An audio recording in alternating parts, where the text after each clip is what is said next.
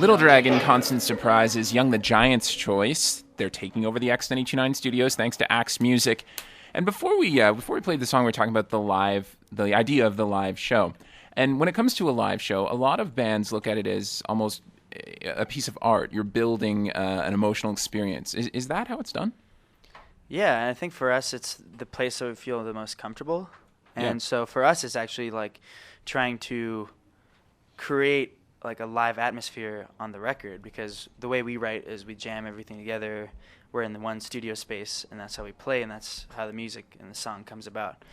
And for us, like, we have a very, I guess, not old school, but like just very true idea of what we want for our live experience. Like, there's a lot of backtracks and stuff that a lot of bands do use very often, and you know, we're against that. You know, there's a lot of experimentation that you can do on a record, and there's a lot of separate track recording that you can get done, but you can't get lost in that, and you have to make sure that you can recreate that live somehow. Yeah. When you are on stage and you're performing, do you go to a different place? Where are you just you, or are you someone else on stage? I think on good nights you can kind of like fall back into it and you're not really thinking, especially when you've played the same songs so many times, it all kind of becomes muscle memory, and then you just enjoy the act of playing the music. And if the audience is really interactive and there's a good kind of back and forth with energy, then you can kind of just like take on this like trance like state. But on nights where it's not going so well, or you have something, I don't know, something on your mind, it's easy to kind of get like tripped up and you're overthinking your parts and overthinking the groove, and those are the nights that we all walk off and just like, oh, that was crap. So yeah, I think it just really depends on the situation. When there is an emotional attachment to songs, is it tough to revisit them night after night because it takes you back to that place? This album especially has been of very light material. We were trying to struggle because when we were writing our EP, we wrote some stuff that had some deeper lyrics that involved things that we weren't really experienced with. And so this album, we just wrote about what we experienced, and we'd had some amazing times. We'd just taken time off of college, and we felt like we were on top of the world. I mean, not in school, and we're living on the beach and just getting to hang out and party every day and, you know, not have to have a job. And so this album really does mirror that time for us. And so when we do it live, I guess it maybe adds some meaning, you know, the times that we've played it. You know, now it takes on a different meaning because when we wrote this album, we didn't actually tour with it. So, you know, we didn't really have any comparison for what it should be for other people. And I think it takes on meaning when people come up to us during shows and say what it means to them. And I think that's really important. When it comes to the instrumentation on a song, do bands talk, or do they want to talk about what songs mean as far as lyrics are concerned, and then that changes how you attack your instrument during the performance? I'm sure there are bands that go about it that way. I think it's different for everyone. It just so happens that for us, we try to go off of like a feel or a riff or something very preliminary and basic, and then most of the time we kind of just leave it up to him. And you know, I will admit that until recently there were songs that we play every night that I honestly had no idea what they were about. I knew the words and stuff, and like it was through the interviews and talking about it that I have kind of gotten a better feel for the meaning on it. But as far as the instrumentation is concerned, I think it's more a question of kind of building that atmosphere than letting him do what he wants with it, or if we have ideas that stem from that, then kind of moving forward with those as well. Speaking of live music, how about another song?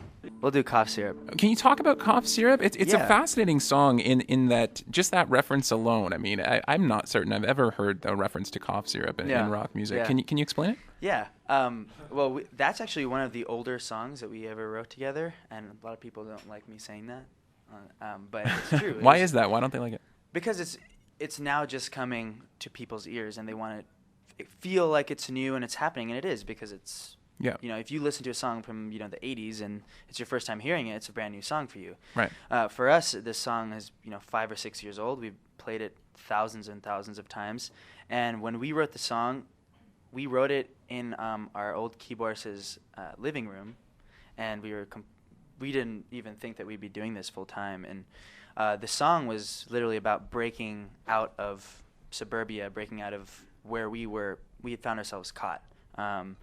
And I guess cough syrup was just a very odd phrase. Actually, Eric had the most of the crux of the song down before we even approached it. And cough syrup was just that word that stuck through, and it just kind of made sense. We kept it, and we just kept it there. Young the Giant, Cough Syrup. It's on X92.9.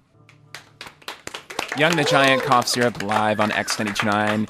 Thanks to Axe Music, Young the Giant taking over the X92.9 studio. I want to talk to you about the cover of the album. Absolutely fascinating to me. So much different imagery happening there. It almost looks like a Russian cartoon. Can you talk about that? Yeah. Well, when we first started the band, this incarnation, we released an EP called Shake My Hand, and I had actually an ex-girlfriend of mine do the artwork, and it was all paper-based, like just kind of cut and paste. And I think it was a very, very powerful album cover for us. It meant a lot.